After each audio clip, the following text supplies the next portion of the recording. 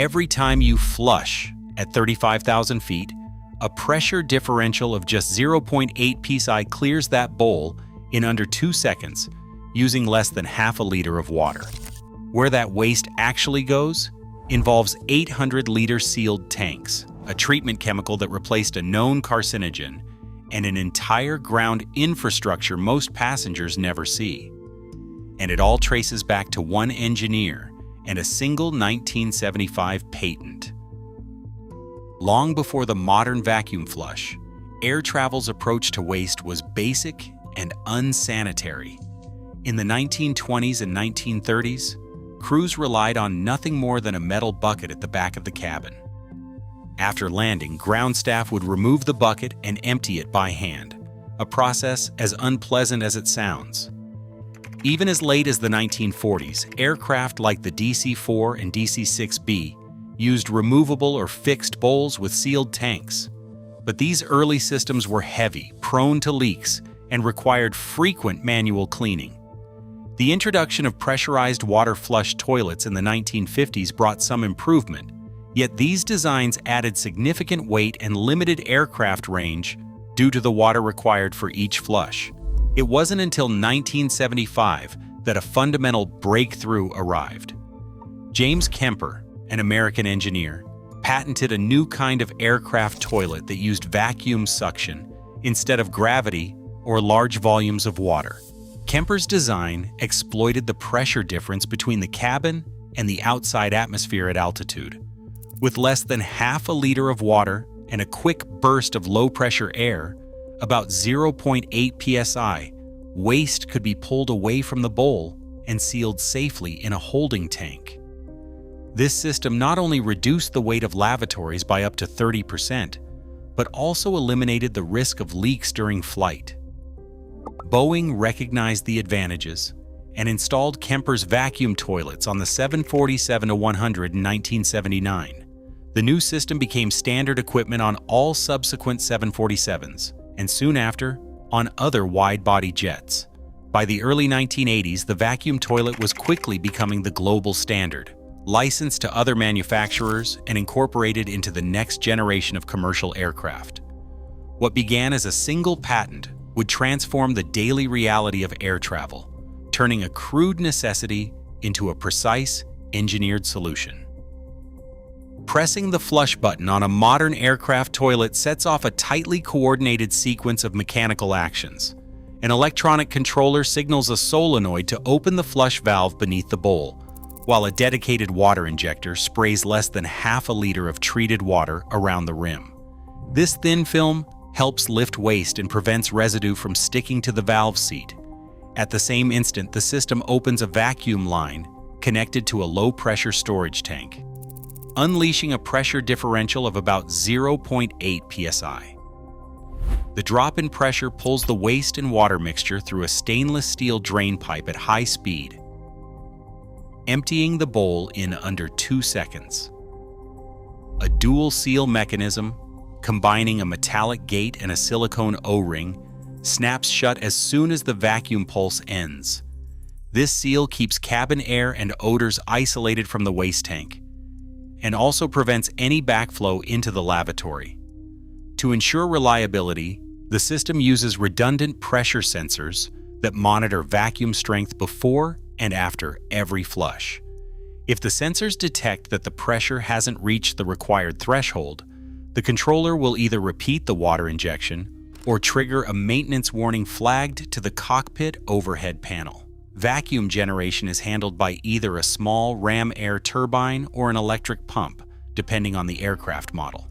Most wide-body jets use a dual-pump setup with a backup unit ready to take over if the primary fails.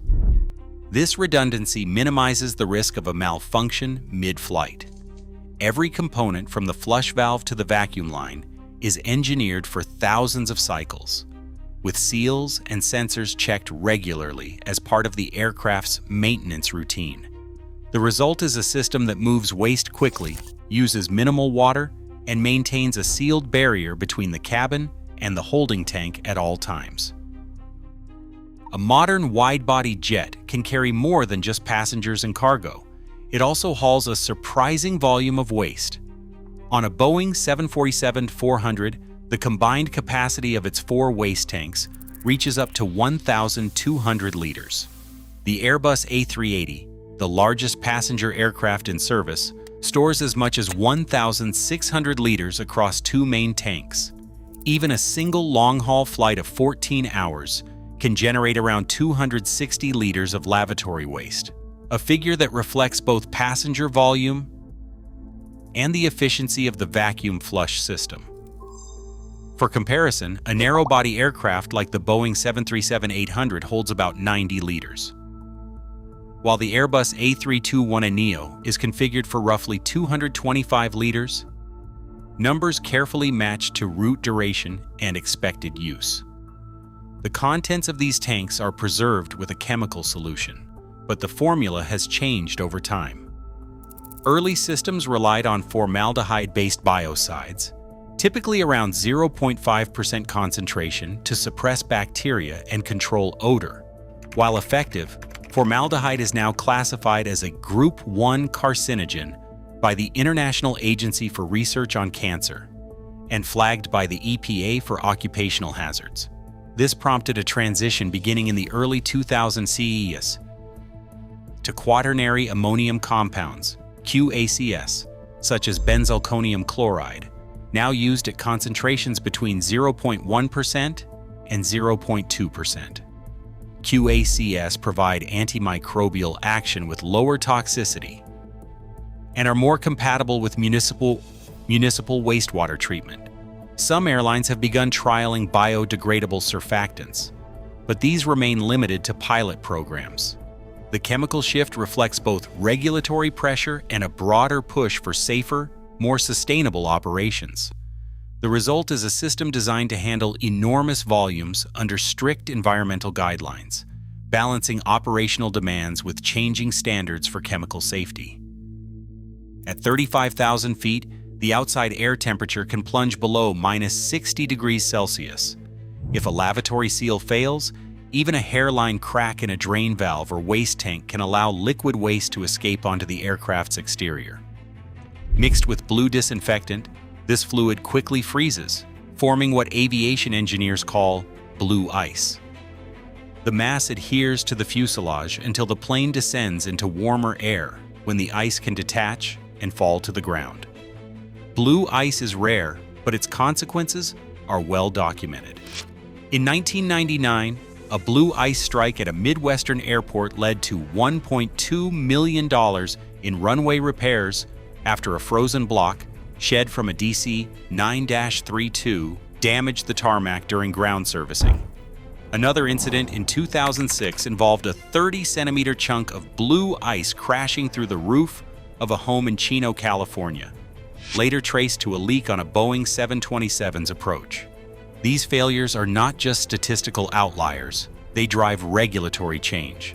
The FAA prohibits any intentional in-flight discharge of waste under 14 CFR, Part 121, Section 121.513, and requires all commercial carriers to maintain sealed lavatory systems.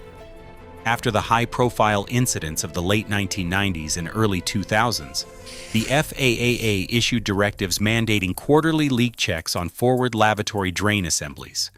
As detailed in Advisory Circular 120-39, airworthiness directives now require visual inspection of waste tank seals and pressure testing at regular intervals. Airlines must document each inspection, and any evidence of corrosion or valve wear triggers immediate replacement. These rules are reinforced by international agencies, with Transport Canada and EASA adopting similar inspection cycles. The regulatory response is clear. Even a single maintenance lapse can turn a hidden leak into a public hazard, justifying the strict protocols that govern every aircraft's waste system. A lavatory service truck, known in the industry as a honey wagon, pulls into position alongside the aircraft within minutes of arrival.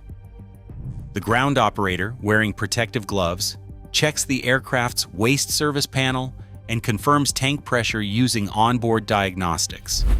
The connection is made with a standardized ISO 6989 coupling, engineered with a double O-ring seal to prevent leaks under suction. Once the hydraulic lock engages, the operator initiates the vacuum pump on the truck. The system draws waste at a steady 1.5 psi, transferring up to 1,500 liters of liquid and solid waste into the truck's stainless steel holding tank. For a wide-body jet, the entire process, from coupling to completion, typically takes between 5 and 12 minutes, depending on tank volume. A rinse cycle follows, flushing the aircraft's lines with potable water to clear any residue. Throughout, the operator monitors pressure gauges and tank levels, ready to trigger an emergency shutoff if needed. Upon disconnect, the waste manifest is logged per FAA Section 121.137, documenting the extraction for regulatory compliance. The entire sequence must run flawlessly. Even a brief delay can disrupt a tight turnaround schedule, with every minute counted against the next departure. At a handful of major airports, treated aircraft wastewater is no longer just a byproduct, it's becoming a resource. In Doha, the on-site plant at Hamad International Airport reclaims up to 12 million liters each year, channeling this water into landscape irrigation and runway dust control. The result is a 12% reduction in the airport's annual freshwater consumption, a significant figure in a region where water scarcity shapes every infrastructure decision. Perth Airport in Western Australia has adopted a similar model, diverting approximately 5 million liters of treated lavatory waste annually to supply water for fire suppression systems. This approach not only cuts costs, but also eases pressure on the municipal supply. In Abu Dhabi, a recent pilot repurposes reclaimed aircraft wastewater for industrial cooling, trimming the airport's demand for city-sourced cooling water by 9%.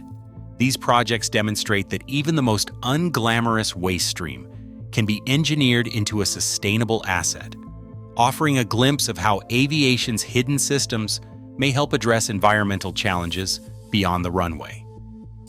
Even the most advanced aircraft rely on a hidden chain of engineering and regulation to manage a simple human need. As airports pursue water reuse and tighter waste protocols, each flush at altitude shapes our environmental footprint below. The infrastructure remains invisible, yet its impact extends far beyond the runway.